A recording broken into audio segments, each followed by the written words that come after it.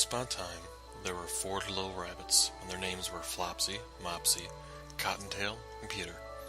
They lived with their mother in a sandbank, underneath the root of a very big fir tree.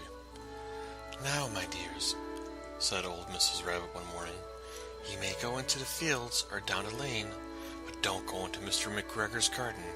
Your father had an accident there. He is put in a pie by Mrs. McGregor. Now, run along, and don't get into any mischief. I'm going out." Then, old Mrs. Rabbit took a basket and her umbrella to the baker's. She bought a loaf of brown bread and 5 currant buns. Flopsy, Mopsy, and Cottontail, who were good little bunnies, went down the lane to gather blackberries. But Peter, who was very naughty, ran straight away to Mr. McGregor's garden and squeezed under the gate. First, he ate some lettuces and some French beans. Then he ate some radishes. And then, feeling rather sick, he went to look for some parsley. But, around the end of a cucumber frame, whom should he meet but Mr. McGregor?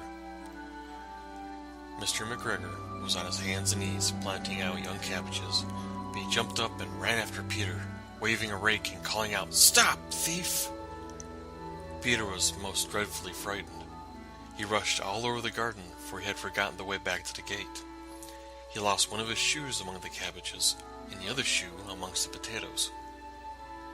After losing them, he ran on 4 legs that went faster, so that I think he might have gotten away altogether, if he had not unfortunately run into a gooseberry nut, and got caught by the large buttons on his jacket. It was a blue jacket with brass buttons, quite new. Peter gave himself up for lost, and shed big tears, but his sobs were overheard by some friendly sparrows, who flew to him in great excitement, and implored him to exert himself.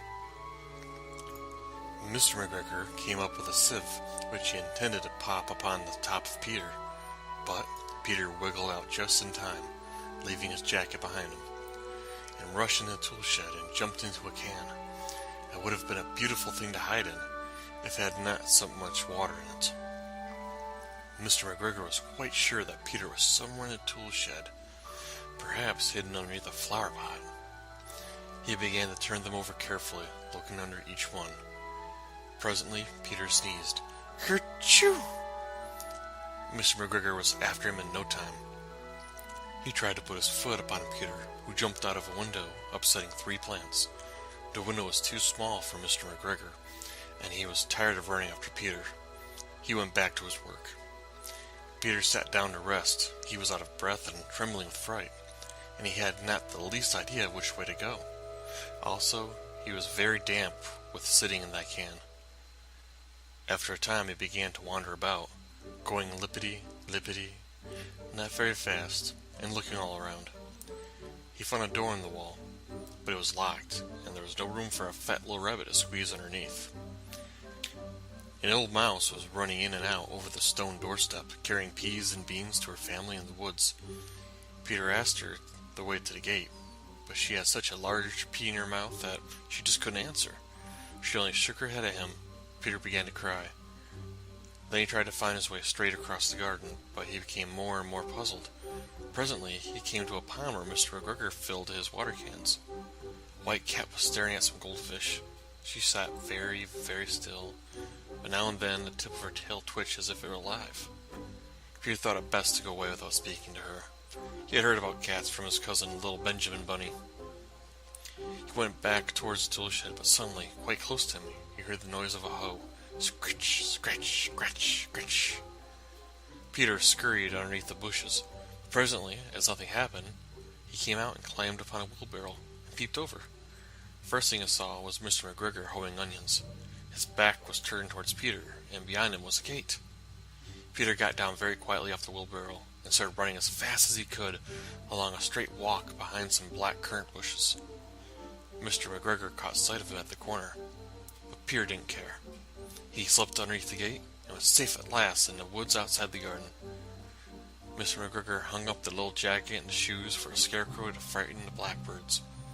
Peter never stopped running or looked behind him till he got home to the big fir tree. He was so tired that he flapped down upon the nice soft sand on the floor of his rabbit hole and he shut his eyes. His mother was busy cooking, She wondered what he had done with his clothes. It was a second little jacket and a pair of shoes that Peter had lost in a fortnight. I'm sorry to say that Peter was not very well during the evening. His mother put him to bed, made him some chamomile tea, and she gave him a dose of it to Peter. 1 tablespoonful to be taken at bedtime. But Flopsy, Mopsy, and Cottontail had bread and milk and blackberries for supper.